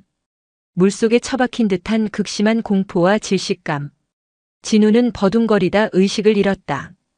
얼마나 지났을까? 누군가 거칠게 뺨을 때리는 충격에 진우는 눈을 떴다. 방독면은 벗겨져 있었고 그는 차가운 세면장 바닥에 쓰러져 있었다. 황 병장과 김상병이 당황한 기색으로 그를 내려다보고 있었다. 야야, 정신이 들어? 황 병장의 목소리에 초조함이 묻어났다. 진우가 기절하자 덜컥 겁이 났던 것이다. 이 새끼 깡이 약한 거냐 연기하는 거냐? 아무튼 이진우. 오늘 일은 누구에게도 말하면 안 된다. 알았어? 그냥 우리끼리 한 훈련이야. 내가 코를 너무 골아서 우리가 좀 빡세게 훈련시킨 거라고. 만약 이 일이 다른 사람 귀에 들어가면 그땐 이게 훈련으로 안 끝나. 내군 생활 전체가 지옥이 될 거야. 알아들었으면 대답해. 진우는 차오르는 구역질을 참으며 간신히 고개를 끄덕였다. 죽음의 문턱에서 돌아온 공포는 이성과 판단력을 마비시켰다. 그는 그저 이 상황을 벗어나고 싶을 뿐이었다. 목소리. 알겠습니다. 그날 이후 진우의 군 생활은 보이지 않는 감옥이 되었다. 밤이 오는 것이 두려웠고 잠드는 것이 공포였다. 억지로 잠들지 않으려 버티다 꾸벅꾸벅 졸기 일쑤였고 그러다 코를 골면 어김없이 세면장으로 끌려가 수중호흡 훈련을 받아야 했다. 물의 양은 날이 갈수록 늘어났고 질식의 고통은 점점 더 선명해졌다. 그의 영혼은 서서히 갉아먹히고 있었다. 같은 시각 서울특별시 관악구 수도방위사령부. 대한민국 심장부 서울의 하늘을 지키는 수도방위사령부의 사령관실. 거대한 창 너머로 서울의 야경이 보석처럼 펼쳐져 있었다. 그 풍경을 등지고 선 여성의 어깨 위에는 은빛으로 빛나는 별 2개 소장 계급장이 달려 있었다. 그녀의 이름은 박서윤. 수방사 최초의 여성 사령관이자 군 내에서도 손꼽히는 전략가였다. 그녀의 날카로운 눈빛과 빈틈없는 지위는 강철의 독수리라는 별명을 안겨주었지만 그런 그녀에게도 세상 가장 부드러운 존재가 있었으니 바로 아들 이진우였다. 사령관님, 아드님께서 보내신 편지입니다. 부관인 강 대위가 정중하게 편지를 건넸다. 박서윤 소장의 입가에 희미한 미소가 번졌다. 훈련소 이후 자대에서 온 첫 편지였다. 그녀는 강 대위를 물리고 조심스럽게 편지 봉투를 열었다. 사랑하는 엄마께. 열쇠. 이병 이진우입니다. 이곳 열쇠부대 생활은 생각보다 괜찮습니다. 선임분들도 다들 잘해주시고 동기들과도 잘 지내고 있습니다. 밥도 맛있고 훈련도 할 만합니다. 걱정하지 마세요. 얼마 전에는 아주 특별한 훈련을 받았습니다. 화생방 훈련의 심화 과정 같았는데 방독면을 쓰고 물속에서 버티는 훈련이었습니다. 처음에는 힘들었는데 자꾸 하다 보니 실력이 느는 것 같습니다. 선임들께서 제가 폐활량이 좋다고 칭찬도 해주셨습니다. 군대는 참 다양한 경험을 할 수 있는 곳인 것 같습니다. 엄마도 건강 잘 챙기시고 너무 걱정 마세요. 저는 늠름한 군인으로 잘 성장하고 있습니다. 다음 휴가 때 뵙겠습니다. 충성. 박서윤 소장은 편지를 다 읽고 잠시 눈을 감았다. 아들의 씩씩한 목소리가 귓가에 들리는 듯 했다. 대견하면서도 한편으로는 마음이 짠했다. 그러나 편지를 다시 한번 천천히 읽어내려가던 그녀의 미간이 미세하게 좁혀졌다. 방독면을 쓰고 물속에서 버티는 훈련? 뭔가 이상했다. 5사단 보병대대 신병이 그것도 자대 배치 3주 만에 받을 훈련이 아니었다. 그런 식의 훈련은 정식 교범 어디에도 존재하지 않았다. 만약 비슷한 훈련이 있다면 UDTSEAL이나 SSU 같은 특수부대의 생식주 훈련에서나 있을 법한 일이었다. 선임들이 칭찬했다는 뉘앙스도 마음에 걸렸다. 정식 훈련이라면 교관이나 분대장이 평가해야 마땅했다. 군대는 참 다양한 경험을 할 수 있는 곳. 이 문장은 마치 무언가를 애써 포장하려는 듯 부자연스럽게 느껴졌다. 아들의 필체는 평소보다 미세하게 떨리고 있었다. 오랜 세월 수많은 보고서와 작전 계획서를 검토하며 단련된 그녀의 직감은 이 편지가 단순한 안부 인사가 아님을 경고하고 있었다. 편지지 한 구석에 희미하게 번진 얼룩은 마치 눈물 자국 같았다. 가슴속에서 차가운 불안감이 싹트기 시작했다. 그녀는 인터폰을 눌러 부관을 호출했다. 강 대위, 지금 바로 5사단 인사참모에게 연락해서 제27여단 제2대대 5중대 이진우 이병의 최근 2주간 훈련 일정을 확인해주게. 공식적인 요청이 아니라 그냥 내가 개인적으로 궁금해서 묻는 거라고 해. 최대한 조용하고 신속하게. 예, 알겠습니다. 사령관님. 강대위는 박서윤 소장의 굳은 표정에서 심상치 않은 기류를 읽었지만 묵묵히 경례하고 방을 나섰다. 1시간 뒤 강대위가 다시 사령관실로 들어왔다. 그의 얼굴 역시 굳어 있었다. 보고드립니다. 5사단 해당 중대의 최근 2주간 훈련 스케줄을 확인했습니다. 주간 정례 훈련, 정신교육, 개인 정비 외에 특이사항은 없었습니다. 특히 수중 훈련이나 비인가된 방식의 화생방 관련 훈련은 전혀 없었던 것으로 확인되었습니다. 박서윤 소장은 말없이 창밖의 야경을 응시했다. 서울의 불빛이 그 어느 때보다 차갑게 느껴졌다. 아들의 편지에 적힌 방독면 수중 훈련과 공식 훈련 기록의 부재. 이 명백한 불일치는 단 하나의 가능성을 가리키고 있었다. 가혹행위. 단어가 머릿속을 스치는 순간 그녀의 온몸의 피가 차갑게 식는 듯 했다. 불안감은 순식간에 강철 같은 분노로 변했다. 감히 누구 아들인데? 아니, 누구의 아들이든 대한민국 군인이 부당한 폭력에 노출되는 것은 용납할 수 없는 일이었다. 그녀는 다시 자리로 돌아와 책상 위에 놓인 아들의 편지를 가만히 쓸어보았다. 걱정하지 마세요라는 글자가 유독 아프게 박혔다. 아들은 지금 지옥 속에서 혼자 싸우고 있는 것이다.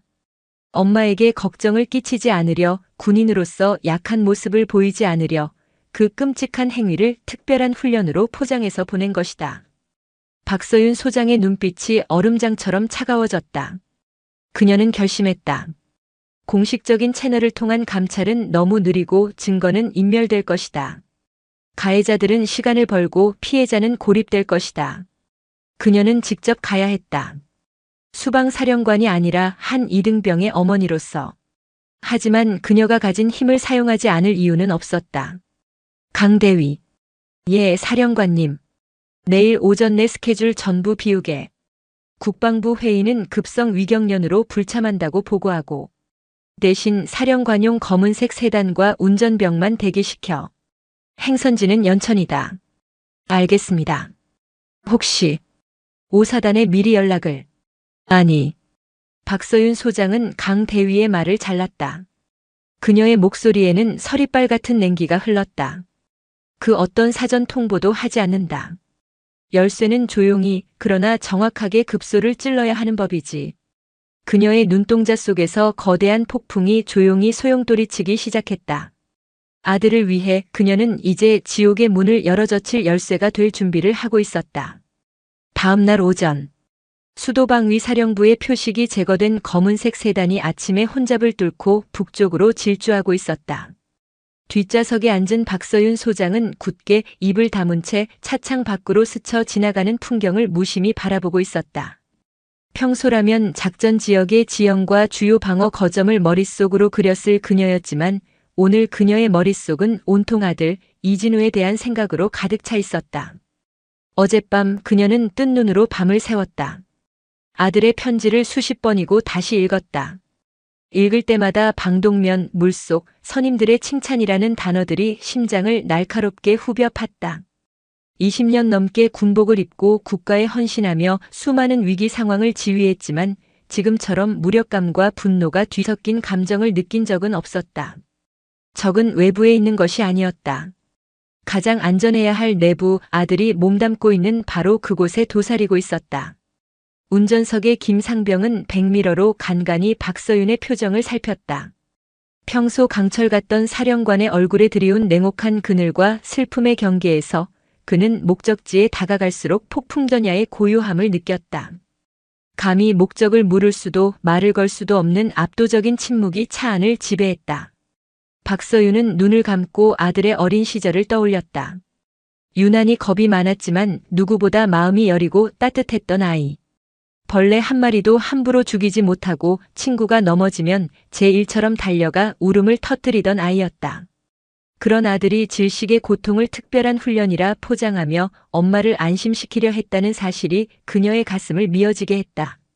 아들의 편지는 살려달라는 비명이자 동시에 엄마를 지키려는 처절한 방어기제였다. 진우야, 조금만 버텨. 엄마가 간다. 차가 연천군 경계에 들어서자 박서윤은 눈을 떴다. 그녀의 눈빛은 더 이상 슬픔에 젖어 있지 않았다. 차갑고 예리한 적의 심장부를 꿰뚫으려는 지휘관의 눈빛으로 돌아와 있었다. 그녀는 부관에게 받은 5사단 2대대의 정확한 위치를 다시 한번 확인했다. 오전 9시 30분 제5보병사단 2대대 위병소. 한가로운 아침 위병소 근무를 서던 박일병과 최상병은 멀리서 다가오는 검은색 세단을 발견하고 긴장했다. 번호판을 확인한 순간 두 사람의 눈이 동그래졌다. 민간 차량 번호판이었지만 차종과 풍기는 위압감이 보통이 아니었다. 규정대로 차를 멈춰 세운 최상병이 창문 너머로 경례했다. 열쇠. 실례지만 어디서 오셨습니까? 조수석 창문이 스르르 내려가고 운전병인 김상병이 신분증을 제시하며 말했다. 수도방위 사령부에서 왔습니다. 사령관님께서 2대대 방문 용무가 있으십니다. 수방사 사령관님이십니까? 최상병의 목소리가 염소처럼 떨렸다. 수방사 사령관. 투스타. 자신들의 직속 상급 부대도 아닌 대한민국 수도를 지키는 핵심 지휘관이 예고도 없이 이 최전방 대대 위병소에 나타난 것이다. 상황의 심각성을 파악한 그는 즉시 위병소장에게 달려가 보고했다. 위병소는 순식간에 벌집을 쑤신 듯 소란스러워졌다. 잠시 후 허둥지둥 달려나온 위병소장 김중사가 세단 뒷좌석 문을 열려는 순간 문이 안에서부터 열렸다. 그리고 전투복이 아닌 단정한 사복 차림의 박서윤 소장이 차에서 내렸다. 화장기 없는 얼굴이었지만 그 어떤 위장크림보다 서늘한 카리스마가 흘러나왔다. 그녀의 시선은 위병소 너머의 부대 전경을 향해 있었다. 2대대 본부가 어디지? 나직하지만 거부할 수 없는 힘이 실린 목소리였다. 김중사는 자기도 모르게 허리를 굽히며 손으로 방향을 가리켰다. 저쪽으로 가시면 됩니다. 제가 바로 대대장님께 보고는 필요 없다. 안내해. 박서윤은 짧게 말을 끊고 앞장서 걸었다. 당황한 위병소 근무자들과 운전병이 그 뒤를 따랐다. 그녀의 등장은 조용했던 대대 전체에 순식간에 퍼져나갔다. 연병장을 가로지르는 그녀의 모습을 본 병사들은 하던 일을 멈추고 얼어붙었고 간부들은 저마다 다급하게 어딘가로 연락을 취하기 시작했다. 2대대장 오정규 중령은 아침 결제 서류를 검토하다가 행정보급관이 거의 울상이 되어 뛰어들어오는 모습에 미간을 찌푸렸다. 대대장님, 큰일 났습니다. 뭔데 이렇게 호들갑이야? 수방사령관님께서, 박서윤 소장님께서 지금 대대본부로 오고 계십니다. 오중령은 귀를 의심했다. 뭐? 수방사령관이 왜 우리 부대에 와? 잘못 본 거 아니야? 아닙니다. 위병소에서 확인했고 지금 연병장을 지나고 계십니다. 사전 통보도 전혀 없었습니다. 그 순간 오중령의 등골에 식은땀이 흘렀다. 예고 없는 상급 부대 지휘관의 방문. 그것도 자신의 지휘 계통과 전혀 다른 군 내에서도 핵심 요직으로 꼽히는 수방사령관의 방문은 단 하나를 의미했다. 사고. 그것도 보통 심각한 사고가 아니라는 뜻이었다. 그는 황급히 전투복 매무새를 가다듬고 밖으로 뛰쳐나갔다. 복도 끝에서 걸어오는 박서윤 소장과 마주친 오중령은 거의 반사적으로 경례를 외쳤다. 열쇠. 대대장 중령 오정규입니다. 어쩐 일로 여기까지. 박서윤은 그의 경례를 가볍게 목례로 받으며 말을 끊었다. 그녀의 시선은 오중령의 어깨에 넘어 복도를 지나치는 병사들을 향해 있었다. 대대장실로 들어가지. 할 이야기가 있다. 대대장실에 들어선 박서윤은 오중령이 권하는 상석을 마다하고 창가에 섰다. 오중령과 뒤따라 들어온 주임원사는 숨막히는 침묵 속에서 그녀의 다음 말을 기다릴 뿐이었다. 박서윤은 창밖을 바라보며 마치 혼잣말처럼 입을 열었다. 이곳 2대대에서는 아주 특별한 훈련을 진행한다고 들었다. 오중령은 의아한 표정을 지었다. 특별한 훈련 말씀이십니까? 그래. 신병들을 대상으로 하는 방독면을 쓰고 물속에서 버티는 훈련. CBRN 훈련의 심화 과정이라고 하던데. 아주 창의적인 훈련 방법이야. 교범에도 없는 내용을 자체적으로 개발해서 시행할 정도면 대대장의 훈련 의지가 대단한 모양이야. 그 말을 듣는 순간 오정규 중령의 얼굴이 하얗게 질렸다. 방독면, 물. 그는 그런 훈련을 승인한 적도 보고받은 적도 없었다. 이것은 명백한 사고 보고였다. 박서윤 소장은 이미 모든 것을 알고 이곳에 온 것이다. 사령관님, 그게 무슨 말씀이신지. 말귀를 못 알아듣나? 제5중대 소속 이병 이진우. 드디어 아들의 이름이 그녀의 입에서 나왔다. 그 병사가 최근 그런 훈련을 받았다고 하더군. 아주 인상 깊었던 모양이야. 집으로 보낸 편지에까지 자랑을 했어. 폐활량이 좋다고 선임들에게 칭찬도 받았다지. 박서윤은 천천히 몸을 돌려 오중령을 정면으로 응시했다. 그녀의 눈빛은 분노를 넘어선 모든 것을 꿰뚫어보는 듯한 서늘함이 담겨 있었다. 그 자랑스러운 훈련병을 내 눈으로 직접 보고 싶군. 지금 당장 이병 이진우를 여기로 데려와. 오중령은 온몸에 피가 빠져나가는 기분이었다. 그는 떨리는 목소리로 주임원사에게 명령했다. 당장 오중대에 연락해서 이진우 이병 작업 중이면 중지시키고 즉시 대대장실로 데려와. 5분 내로. 주임원사가 쏜살같이 뛰쳐나가고 대대장실에는 다시 무거운 침묵이 내려앉았다. 오중령은 차마 고개를 들지 못했다. 수방사령관이 한 이등병의 이름을 정확히 호명하며 편지 내용까지 은은 이 상황이 그에게는 사형선고나 다름없었다. 한편 오중대 생활관 뒤편에서 잡초를 뽑고 있던 이진우는 갑자기 헐레벌떡 달려온 행정보급관에게 이끌려 어디론가 향하고 있었다. 너 무슨 사고 쳤냐? 왜 대대장님이 너를 찾으셔? 진우는 아무것도 모른 채 공포에 질려 고개를 저을 뿐이었다. 대대장실 문 앞에 선 그는 심장이 터질 것 같았다. 행정보급관이 문을 두드리고 안에서 들어오라는 목소리가 들렸다. 진우가 조심스럽게 문을 열고 안으로 들어서는 순간 그는 자신의 눈을 의심했다. 창가에 서 있는 익숙한 실루엣. 단정하지만 위험 있는 모습. 세상에서 가장 사랑하고 그리워했던, 그러나 지금 이 장소에 있어서는 안 될 사람. 엄마?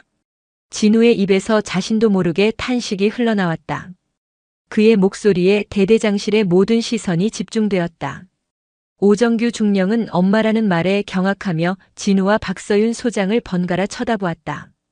박서윤은 굳은 표정을 유지한 채 떨고 있는 아들에게로 천천히 걸어갔다. 그녀는 아들의 흙 묻은 전투복과 공포에 질린 눈을 마주했다.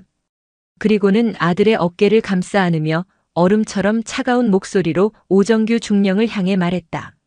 내가 이병 이진우의 어머니다. 그 말은 단순한 신분 공개가 아니었다. 그것은 선전포고이자 심판의 시작을 알리는 서곡이었다. 오정규 중령의 머릿속이 하얗게 비어버렸다. 예고 없이 들이닥친 수방사령관. 교범에 없는 가혹행위에 대한 정확한 지적. 그리고 그 피해자가 바로 사령관의 아들이라는 충격적인 사실. 퍼즐 조각들이 맞춰지는 순간 오중령은 자신의 군 생활이 오늘 이 자리에서 끝장날 수도 있음을 직감했다. 박서윤은 아들의 어깨를 감싼 손에 힘을 주었다. 아들의 몸이 미세하게 떨리고 있었다. 그 떨림이 그녀의 분노에 마지막 불을 지폈다. 그녀는 아들을 자신의 등 뒤로 살짝 물리고 다시 오정규 중령을 향해 섰다. 이제 그녀는 어머니가 아닌 지휘관이었다. 오정규 중령. 네. 사령관님. 자네 부대에서 벌어진 일을 나는 오늘 아들의 편지 한 통으로 알게 됐네. 정기적인 소원 수리, 간부 면담, 부대 진단. 그 모든 시스템이 완벽하게 작동하고 있다고 매일 아침 상황 보고에 올리겠지. 그런데 그 시스템은 질식 직전까지 몰린 한 병사의 비명조차 걸러내지 못했어. 이유가 뭔가? 그녀의 목소리는 조용했지만 회의실 전체를 얼어붙게 할 만큼의 냉기를 품고 있었다. 오중령은 입술만 달싹일 뿐 아무런 대답도 하지 못했다. 무슨 변명을 할 수 있겠는가? 대답할 수 없나? 좋아. 그럼 질문을 바꾸지. 박서윤은 한 걸음 다가섰다. 그녀의 시선은 오중령을 지나 그의 등 뒤에 굳어있는 다른 간부들을 훑었다. 이 아이에게 방독면 훈련을 행한 자들이 누구지? 그 쓰레기들 이름이 뭔가? 그 단어는 오중령의 심장에 비수처럼 꽂혔다. 그는 차마 자신의 입으로 부하들의 죄를 고할 수 없었다. 그것은 지휘관으로서의 마지막 자존심이자 동시에 비겁한 책임 회피였다. 박서윤은 그의 침묵을 비웃듯 고개를 돌려 아들을 바라보았다. 강철 같던 그녀의 눈빛이 순간 흔들렸다. 진우야. 엄마의 목소리에 진우는 고개를 들었다. 공포로 가득했던 그의 눈에 조금씩 안도감이 차올랐다. 괜찮아. 이제 다 괜찮아. 엄마한테 말해줘. 누가 너한테 그런 짓을 했지? 그녀의 목소리는 한없이 부드러웠지만 그 부드러움은 주변의 간부들에게는 더욱 날카로운 칼날이 되어 파고들었다. 진우는 잠시 망설였다. 보복에 대한 두려움이 본능적으로 남아있었다. 하지만 자신을 지키기 위해 이곳까지 온 어머니의 모습을 보자 그의 안에서 무언가 단단한 것이 차올랐다. 그는 더 이상 혼자가 아니었다. 진우는 떨리는 손으로 앞을 가리켰다. 하지만 손가락은 특정 인물을 향하지 않았다. 그는 입을 열었다. 제오중대, 황태경 병장과 김민준 상병입니다. 이름이 터져나오는 순간 오정규 중령은 눈을 질끈 감았다. 모든 것이 끝났다.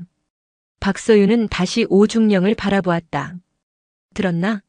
황태경 병장, 김민준 상병. 지금 당장 그 둘을 여기로 데려와. 어떠한 설명도 하지 말고 그저 대대장이 찾는다고만 전해. 5분 주지. 예, 알겠습니다. 오중령은 주임원사에게 눈짓했고 주임원사는 거의 구르다시피 대대장실을 뛰쳐나갔다. 5분이라는 시간은 영원처럼 길게 느껴졌다. 대대장실에는 박서윤 소장의 차가운 분노와 진우의 가쁜 숨소리, 그리고 오중령의 자책감이 뒤엉켜 있었다. 잠시 후 문 밖에서 부산한 소리가 들리더니 문이 열리고 황태경 병장과 김민준 상병이 들어왔다. 생활관에서 쉬고 있다가 불려온 듯 둘의 표정에는 의아함과 약간의 귀찮음이 섞여 있었다. 그러나 대대장실 안의 풍경을 보는 순간 둘의 얼굴은 급격히 굳어졌다. 잔뜩 겁에 질린 대대장과 주임원사, 그리고 그들 앞에 서 있는 사복 차림의 여성. 그리고 그 여성의 등 뒤에 숨어 있는 이진우, 열쇠, 병장 황태경, 상병 김민준. 대대장님 부르셨습니까? 황태경은 애써 침착하게 경례를 외쳤지만 그의 눈동자는 불안하게 흔들리고 있었다. 상황 파악이 되지 않았지만 이진우가 저 자리에 있다는 것만으로도 최악의 시나리오가 그려졌다. 박서윤은 그들을 천천히 훑어보았다. 마치 사냥감을 뜯어보는 맹수처럼 머리부터 발끝까지. 황태경 병장, 김민준 상병이라. 그녀가 입을 열자 황태경과 김민준은 자신들도 모르게 몸을 움찔했다. 처음 보는 여성이었지만 그녀에게서 뿜어져 나오는 위압감은 사단장에게서도 느껴보지 못한 종류의 것이었다. 자네들 아주 창의적인 병사들이더군. 전우의 콧꼬리를 치료하겠다며 수중호흡 훈련을 직접 개발하고 시행할 정도의 열정이 있다니 말이야. 황태경과 김민준의 얼굴이 새하얗게 질렸다. 수중호흡 훈련. 그들이 진우에게 협박하며 썼던 단어였다. 어떻게 이 여자가 방독면 안에 물을 채우면 질식감 때문에 폐활량이 늘어날 거라고 생각했나? 아니면 그냥 물에 빠져 허우적대는 후임병의 모습이 즐거웠나? 박서윤은 한 걸음씩 그들에게 다가갔다. 또각또각 그녀의 구두 소리가 마치 사형 집행인의 발소리처럼 대대장실을 울렸다. 저는 모르는 일입니다. 궁지에 몰린 황태경이 소리쳤다. 일단 부인하고 보자는 최후의 발악이었다. 김민준 역시 덩달아 고개를 저었다. 모르는 일이라고? 박서윤은 코웃음을 쳤다. 그녀는 더 이상 그들과 대화할 가치를 느끼지 못했다. 그녀는 오정규 중령을 향해 명령했다. 대대장. 예, 사령관님. 저 2명, 지금 즉시 모든 개인 장구 해제시키고 대대 영창에 입감시켜. 혐의는 직권 남용, 가혹행위, 폭행, 그리고 상관 모욕이다. 상관 모욕. 말입니까? 오중령이 되물었다. 앞의 죄목들은 이해가 갔지만 상관 모욕은 섣불리 적용할 죄목이 아니었다. 박서윤의 눈이 번뜩였다. 그래, 상관 모욕. 나는 대한민국 육군 소장 박서윤이다. 그리고 저들은 내 아들을 폭행하고 모욕했어. 군인의 아들은 군인의 명예와 직결된다. 이해 있나?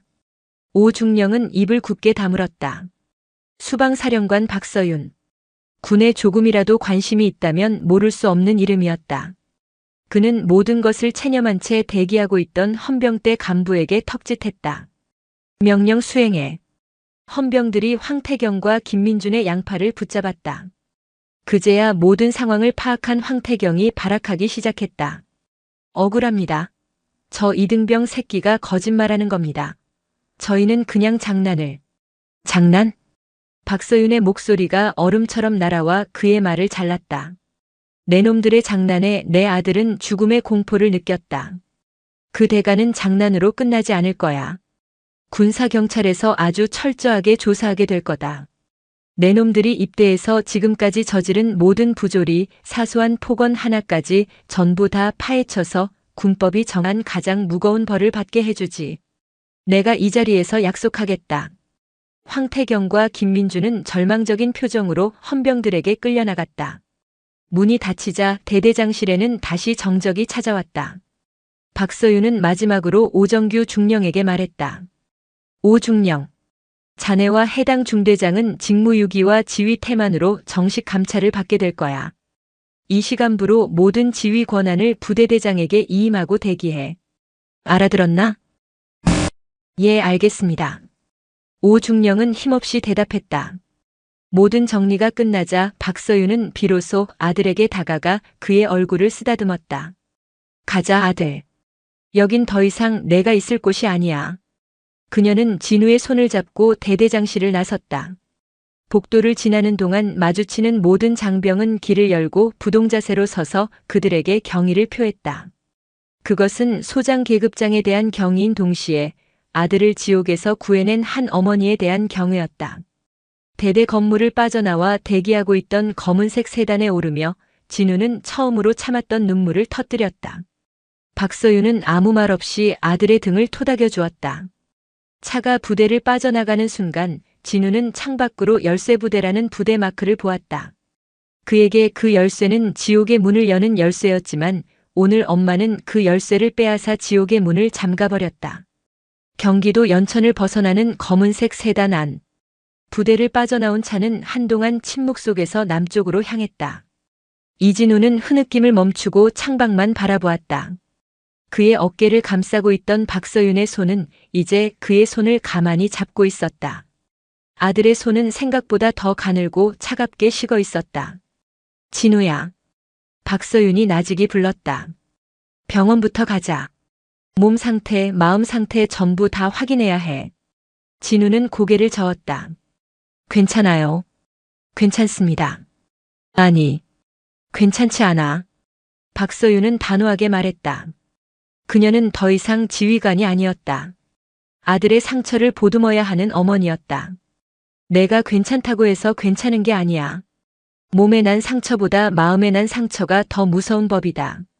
엄마는 내가 얼마나 힘들었는지 다 알아야겠어. 그녀의 따뜻한 말에 진우의 마지막 방어선이 무너졌다. 그는 그동안 겪었던 일들을 두서없이 털어놓기 시작했다. 밤마다 반복된 방독면 치료의 끔찍함, 코를 곤다는 이유로 받아야 했던 폭언과 무시, 황태경 병장이 자신의 관물대를 뒤져 멋대로 과자를 빼먹고 부모님 욕을 섞어가며 인격을 모독했던 사소하지만 비수 같은 일들까지. 그 모든 것을 방관했던 간부들의 무책임함까지도. 박서윤은 한마디도 놓치지 않고 아들의 이야기를 들었다. 들을수록 심장이 얼음 조각에 찔리는 듯 아파왔고 분노는 이성을 마비시킬 만큼 들끓었다. 하지만 그녀는 표정을 바꾸지 않았다. 지금 아들에게 필요한 것은 분노하는 지휘관이 아니라 모든 것을 들어주고 공감해주는 엄마라는 것을 알았기 때문이다. 그랬구나. 정말 힘들었겠구나, 내 아들. 그녀는 아들을 국군 수도병원으로 데려갔다. 사령관의 지시로 소집된 최고의 의료진은 진우의 상태를 정밀하게 진단했다. 신체적으로는 외상이 없었지만 극심한 스트레스로 인한 급성 불안장애와 외상 후 스트레스 장애 초기 증상이 보인다는 소견이 나왔다. 특히 질식 경험으로 인한 폐쇄 공포증 증세도 우려된다고 했다. 진단 결과를 들은 박서윤은 주먹을 불끈 쥐었다. 한 아이의 영혼을 갈기갈기 찢어놓은 대가가 고작 영창 몇 주로 끝나서는 안 된다.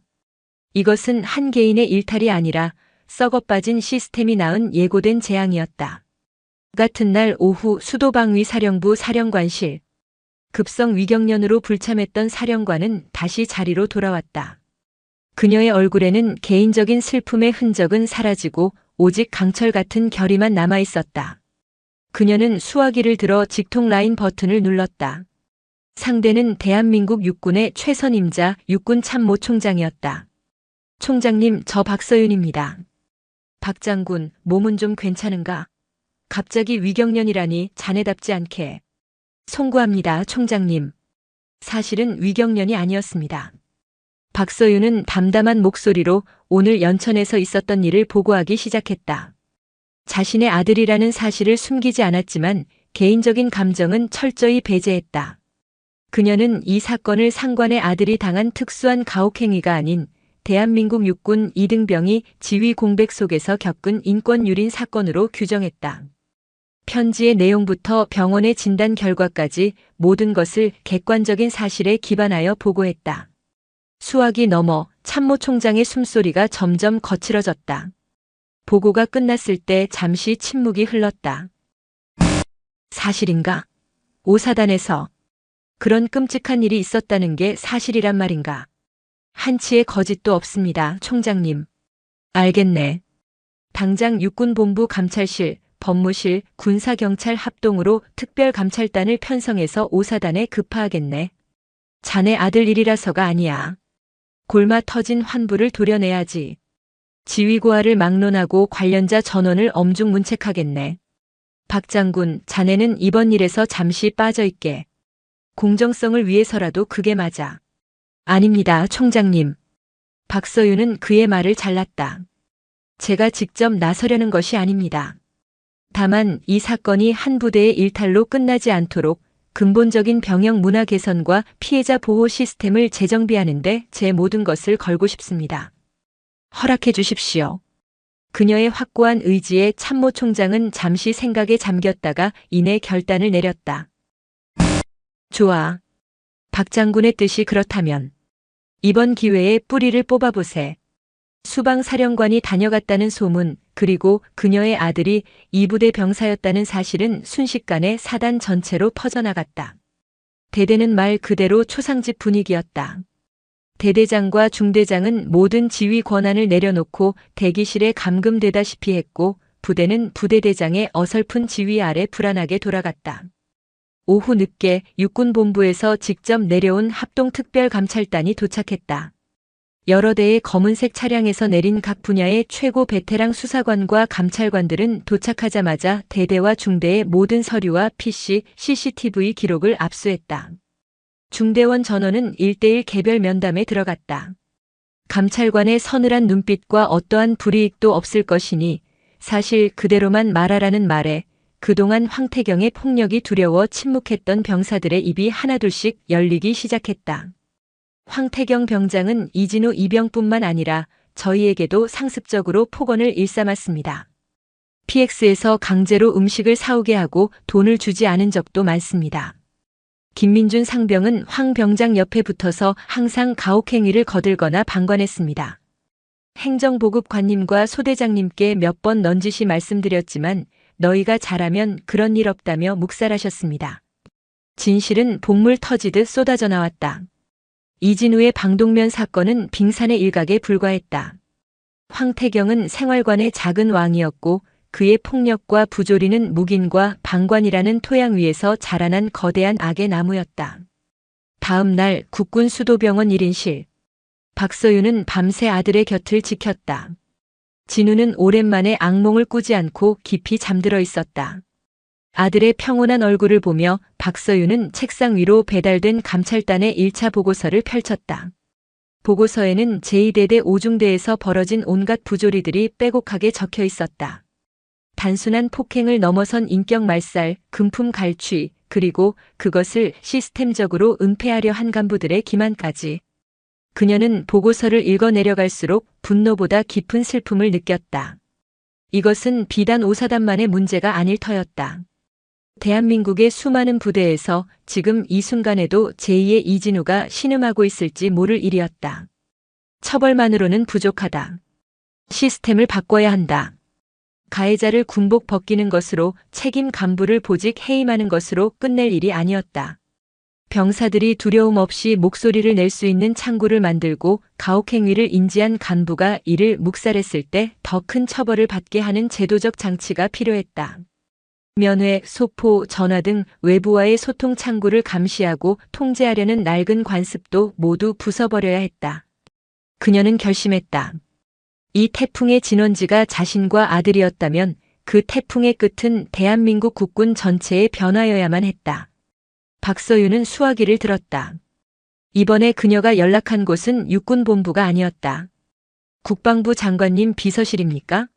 수도방위 사령관 박서윤 소장입니다. 병영 문화 혁신을 위한 전군 제안건으로 장관님께 긴급 대면 보고를 요청합니다. 개인의 복수는 끝났다. 이제 국가를 위한 전쟁이 시작될 차례였다. 대한민국 국방의 심장부 국방부 장관실에는 무거운 정적이 흘렀다. 박서윤 소장은 흐트러짐 없는 자세로 장관과 육군 참모총장을 비롯한 군 수뇌부 앞에 서 있었다. 그녀의 손에는 제5보병사단 제27보병여단 예하 제2대대에 대한 특별감찰단의 최종 보고서가 들려 있었다. 장관님 그리고 총장님, 이 보고서는 단순한 한 부대의 비위 사실 보고서가 아닙니다. 이것은 우리 군의 병영 문화가 얼마나 깊이 병들어 있는지를 보여주는 조직 기능 부전 진단서와 다름없습니다. 박서윤의 목소리는 낮고 차분했지만 그 안에는 거대한 태풍을 품은 힘이 있었다. 그녀는 개인적인 감정을 드러내지 않았다.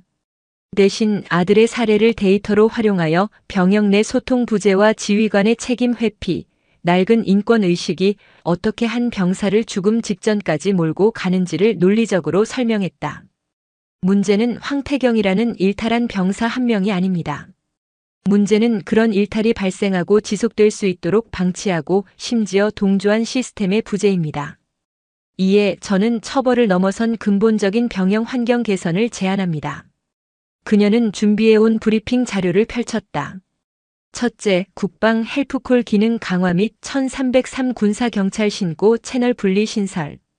기존의 국방 헬프콜은 심리 상담 기능에 집중시키고 범죄 행위에 대해서는 군사경찰이 직접 운영하는 별도의 신고 채널 1303을 신설. 신고 시 발신자 정보가 원천적으로 차단되는 가상번호 시스템을 도입하고 모든 신고는 국방부 군사경찰단 중앙수사대로 직접 접수되어 하향식으로 사건을 배당함으로써 부대 내 은폐 시도를 원천 차단. 둘째, 지휘관 지휘자 책임 명료화 규정 신설. 부대 내 가혹행위 발생 시 가해자 처벌과 별개로 해당 부대의 분대장급 이상 지휘자 및 간부에게 직무유기가 아닌 지휘감독 소홀 책임을 우선 적용. 특히 사건을 인지하고도 묵살하거나 은폐하려 한 정황이 드러날 경우 가혹행위 공범에 준하는 징계 기준을 적용하여 모르는 척하는 것이 더 큰 위험을 초래한다는 인식을 명확히 각인. 셋째, 병사 마음건강 지원 사업 확대. 군 병원 정신건강의학과 외에 병사들이 원할 경우 외부 민간 전문 상담기관과 연계하여 정기적인 심리 상담을 받을 수 있도록 전면 지원. 모든 상담 기록은 군에 보고되지 않는 것을 원칙으로 하며 오직 병사의 회복을 위해서만 사용. 넷째, 스마트 열린 병영 정책. 불필요한 사유로 면회, 전화, 소포를 통제하는 행위를 명백한 직권남용으로 규정.